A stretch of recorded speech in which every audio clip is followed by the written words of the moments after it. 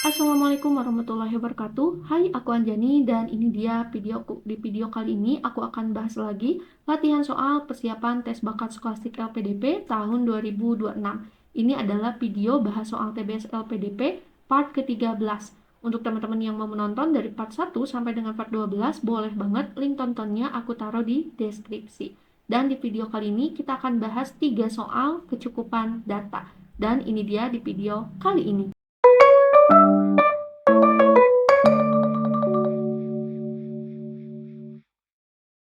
Hai, aku Anjani. Ini adalah video bahas latihan soal tes bakat skolastik LPDP persiapan tes tahun 2026. Dan ini adalah video bahas soal TBS LPDP part ke-13. Untuk teman-teman yang mau menonton dari part 1 sampai dengan part 12, boleh banget link tontonnya aku taruh di deskripsi.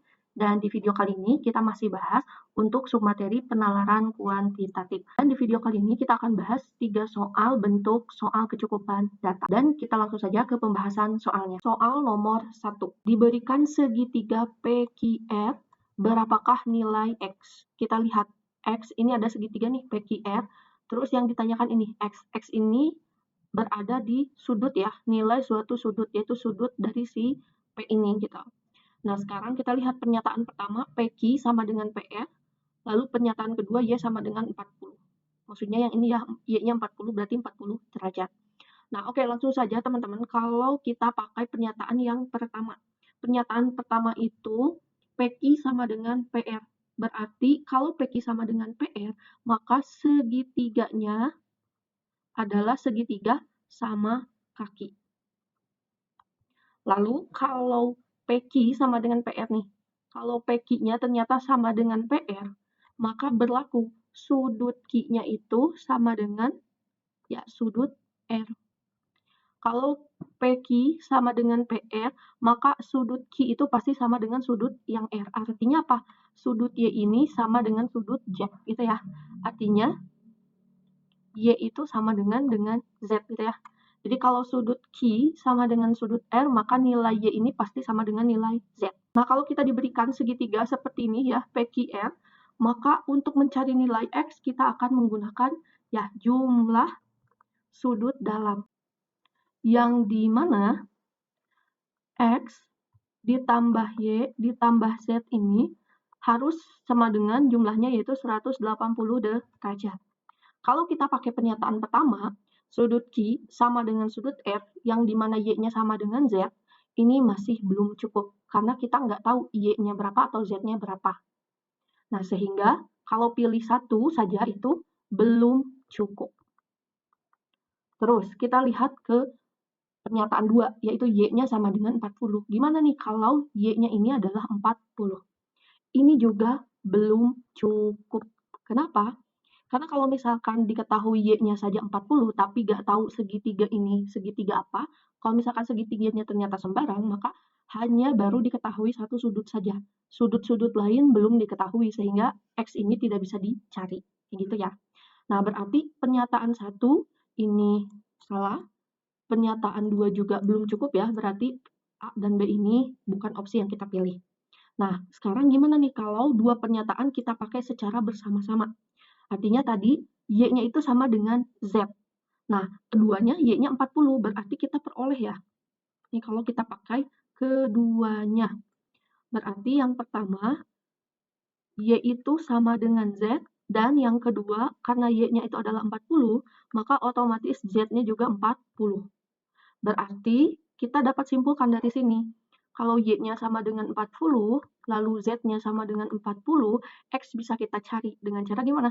X ditambah 40 tambah 40 haruslah 180 derajat. Maka X-nya gimana? 180 derajat dikurangi 80 derajat. X-nya dapatlah 100 derajat. Tapi kita nggak perlu ngitung sampai sini ya, teman-teman. Tapi tadi karena kita udah tahu, Z sama Y-nya itu udah diketahui, pasti X-nya bakal ketemu. Sehingga jawaban nomor 1 adalah yang C ya. Dua pernyataan bersama-sama cukup untuk menjawab pertanyaan, tetapi satu pernyataan saja tidak cukup. Oke, itu dia untuk soal dan jawaban nomor 1 dari soal submateri kecukupan data. Untuk teman-teman yang mau screenshot, boleh banget kita lanjut ke soal berikutnya. Soal nomor 2. Jika N adalah bilangan bulat, Ini persyaratannya, apakah 100 dikurangi N per N merupakan bilangan bulat? Nah, ini aku tulis dulu ya bentuknya, teman-teman. Ini kayak gini, 100 dikurangi N per N, gitu ya. Apakah juga merupakan bilangan bulat? Nah, kita langsung cek saja, teman-teman, ke pernyataannya ini masing-masing. Pernyataan yang pertama, N-nya itu adalah lebih dari 4. Nah, karena kita ngomongin N ini adalah bilangan bulat, berarti N ini bisa kita nyatakan seperti ini, teman-teman. Kalau N-nya lebih dari 4, berarti kan mulai dari 5, 6, 7, dan seterusnya, gitu ya. Nah, sekarang kita cek aja substitusi beberapa, kayak gitu, ke samaan ini. Nah, sekarang tinggal kita masukkan. Kalau di sini, ini aku pindahin dulu ya, teman-teman, biar nggak ngehalangin. Jadi, ini kayak gini ya. Nah, di sini aja nih, 100 dikurangi N per N, gitu ya. Ini untuk persamaannya. Nah, kita substitusi ke sini. Pertama untuk 5 nih. 5 kita masukkan. 100 kurangi 5 per 5. 100 dikurangi 5, 95. 95 kita bagi 5. Berarti kita bagi 95 per 5 dapat 19 ya. Nah, itu untuk 5. Kita coba pakai angka 6. 100 dikurangi 6 dibagi 6. 100 dikurangi 6, 94. 94 ini desimal, teman-teman. 15,666 sekian ya. Kalau dibulatkan jadi 67. Nah, ini tidak sesuai, teman-teman. Karena tadi katanya kalau N-nya itu kan bilangan bulat tuh. 6 itu bilangan bulat. Nah, 100 dikurangi N per N-nya itu bilangan bulat lagi. Nah, ini enggak bilangan bulat. Sehingga yang pernyataan satu saja ini salah, gitu ya. Karena nggak bisa menjawab, karena ada yang bulat, ada yang enggak. Jadi nggak bisa menjawab tuh. Berarti kita coba ke pernyataan yang kedua. N kuadrat sama dengan 25. Berarti ini artinya adalah N-nya itu sama dengan plus minus 5.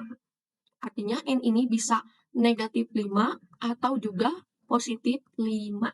Nah, sekarang kita masukkan ke tadi persamaan ini. Apakah betul bisa menjawab? Kita cek ya, nih. Untuk yang negatif 5, kita peroleh 100 dikurangi negatif 5 dibagi negatif 5. 100 dikurangi negatif 5 berarti jadi 105 dibagi negatif 5. 105 dibagi negatif 5 hasilnya adalah minus 21. Ini bulat ya, teman-teman. Terus, ini kan yang minus 5. Kita masukkan juga yang plus 5-nya. Berarti diperoleh 100 dikurangi 5 dibagi 5. Berapa? 100 kurang 5, 95 per 5. Tadi dapat ya, 95 bagi 5 itu yaitu 19. Dan 19 ini bulat, teman-teman.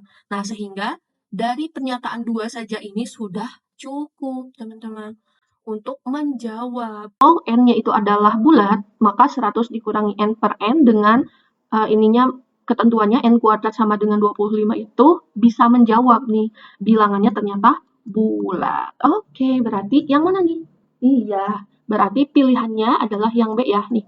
Pernyataan 2 saja cukup untuk menjawab pertanyaan, tetapi pernyataan 1 saja tidak cukup. Oke, itu dia teman-teman untuk soal dan jawaban nomor 2. Untuk teman-teman yang mau screenshot, boleh banget kita lanjut ke soal berikutnya. Soal nomor 3.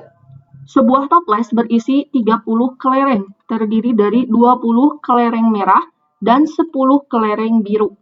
Jika 9 kelereng diambil, berapa banyak kelereng yang tersisa di dalam toples yang berwarna merah?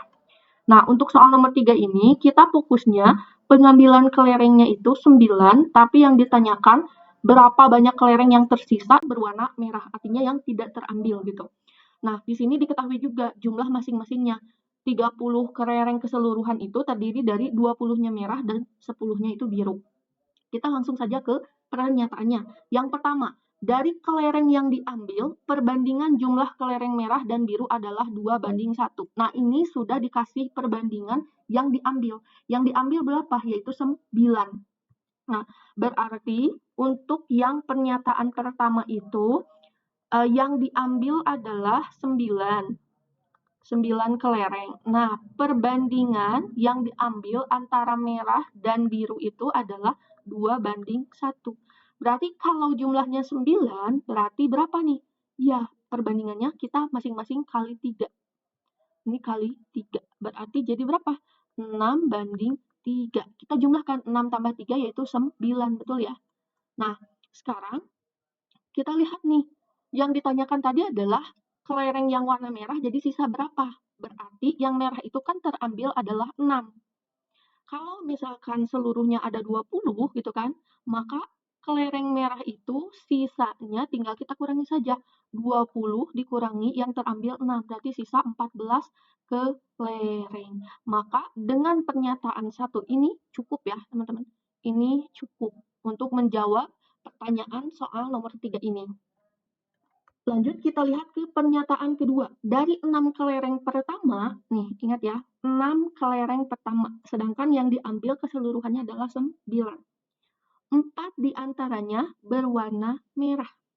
Nah, sekarang teman-teman coba nih, nomor 2 ini cukup atau belum cukup ya untuk menjawab pertanyaan nomor 3 ini. Teman-teman bisa tulis di komentar ya. Dan ini pilihan jawabannya apakah A, B, C, D, ataukah E. Nanti saya spill juga jawabannya untuk soal nomor 3 ini. Dan itu dia teman-teman di video kali ini ya. Untuk nomor 3 boleh teman-teman dijadikan latihan. Dan itu dia teman-teman di video kali ini. Aku sudah bahas ada 3 latihan soal untuk kecukupan data. Dan untuk teman-teman nih yang lagi persiapan, butuh banyak banget referensi latihan-latihan soal supaya lebih memahami lagi tipe soal-soal di TBS LPDP ini. Aku ada sediakan e-book berupa PDF ya, yang terdiri dari kemampuan verbal, penalaran kuantitatif, terus ada juga dalam bentuk tryout.